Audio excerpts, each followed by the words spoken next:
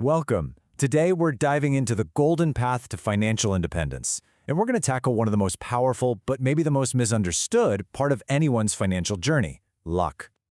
So for this explainer, we're actually going to put the spreadsheets aside. We're stepping away from the numbers for a bit to really look at this huge, intangible force that plays a role in everything we do financially. We're talking about luck. This analogy just perfectly captures the problem we're digging into today. So many people are sprinting towards some vague idea of success, but they have no map, no light, and no idea what traps are waiting just a few feet ahead of them. And that really brings us to this age-old debate, doesn't it? On one side, you've got people who say success is all about grinding, pure hard work, period. And on the other, you have people who swear it's just random luck, being in the right place at the right time. But what if both of them are kind of missing the bigger picture? What if it's not one or the other, but a strategic dance between the two? So today we are analyzing the 3 stages, 13 steps to financial independence, which was developed by Tamir Kaham. He's the originator and the architect of this entire strategy. He's also the creator of the YouTube channel, The Golden Path to Financial Independence, and the official Hebrew translator of The Richest Man in Babylon. And it's this unique mix, modern systems engineering on one side, ancient financial wisdom on the other, that makes his whole approach so incredibly powerful. And today, we're really exploring that key question at the heart of his strategy. Where do luck and preparedness meet? This explainer is really for anyone who is making that critical shift in their mind, from thinking like an employee to thinking like an asset owner. And it's especially for you if you've ever felt like you've missed the boat on past opportunities and are now just kind of sitting there, waiting for some lucky break to fall out of the sky. Okay, before we go one step further, we have to make this distinction crystal clear. Financial independence is not the same thing as being wealthy.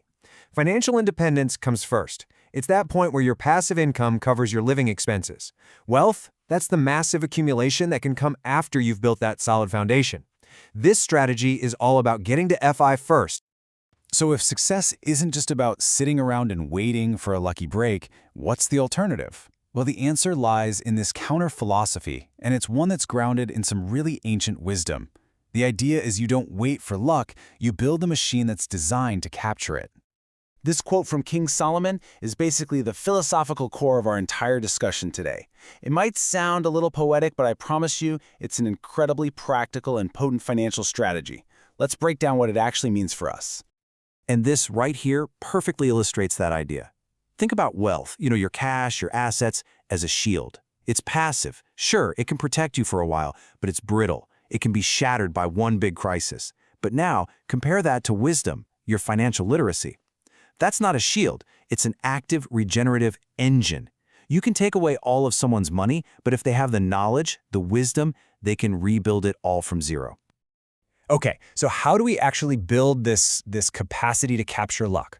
I mean, if you can't control when an opportunity shows up, then you have to control the one thing you can, your own level of preparedness. And this strategy breaks that down into a really concrete, buildable structure. This whole idea of preparedness is built on 3 distinct pillars. Number 1 is your defense. That's your emergency fund, and its job is psychological safety. Number 2 is your offense. That's your opportunity fund, capital that's just ready and waiting for a mission. And the third pillar, the one that controls the other 2, is the brain, your ongoing, focused financial learning. In this system, that's step 13. Now you might be thinking, hang on a second, they're both just piles of cash, right? And yeah, physically you're correct, but psychologically, they are from different planets. The emergency fund is built from a place of fear. Its only job is to stop you from making stupid, panicked decisions when things go wrong. The opportunity fund, on the other hand, is built from ambition. It is an offensive weapon, and having it fundamentally changes your identity from someone who just consumes to someone who allocates capital.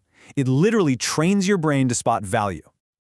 And this map just illustrates perfectly why that third pillar, the brain, is so absolutely critical. I want you to notice where step 13 is. It's not the last thing you do at the end. No way. It's the parallel guidance system for the entire journey, running right alongside every single other step from day 1. Without that continuous learning, your defense and your offense are just flying completely blind. Okay, so this theory of preparedness, it sounds good, right? But does it actually work in the real world?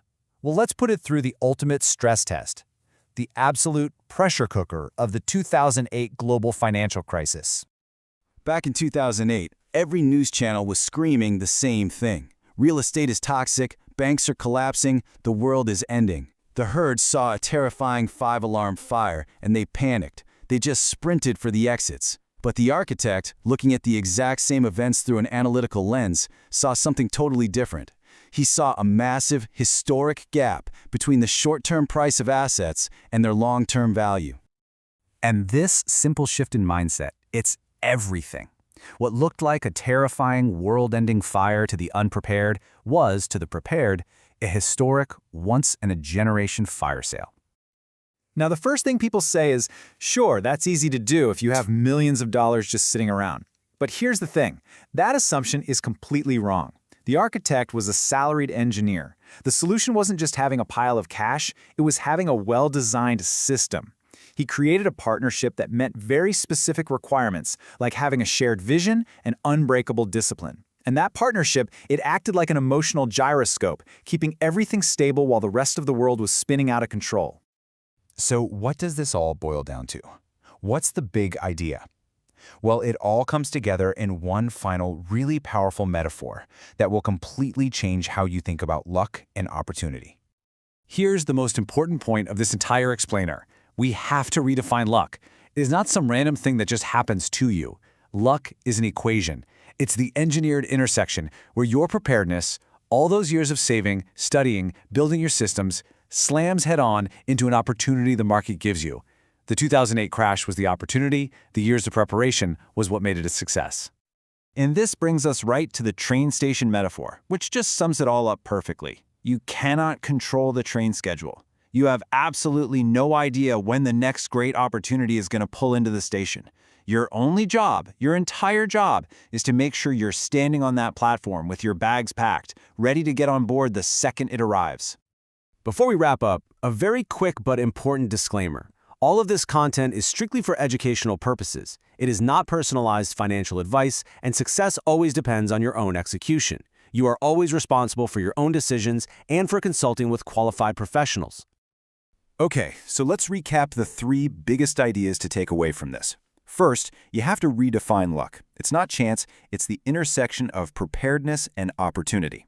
Second, remember that wealth is just a fragile shield, but wisdom is a regenerative engine. And third, your real job is to systematically build those 3 pillars of preparedness: your defense, your offense, and your brain. So this has been a really deep dive into the why, the philosophy behind all this. If you want the how, the specific step-by-step mechanics of how to build this strategy for yourself, you can find the entire series on the YouTube channel, The Golden Path to Financial Independence, at Tamir Gold Path. The next train is coming. That much is a guarantee. The only question left is, will you be on the platform? Thanks for joining us.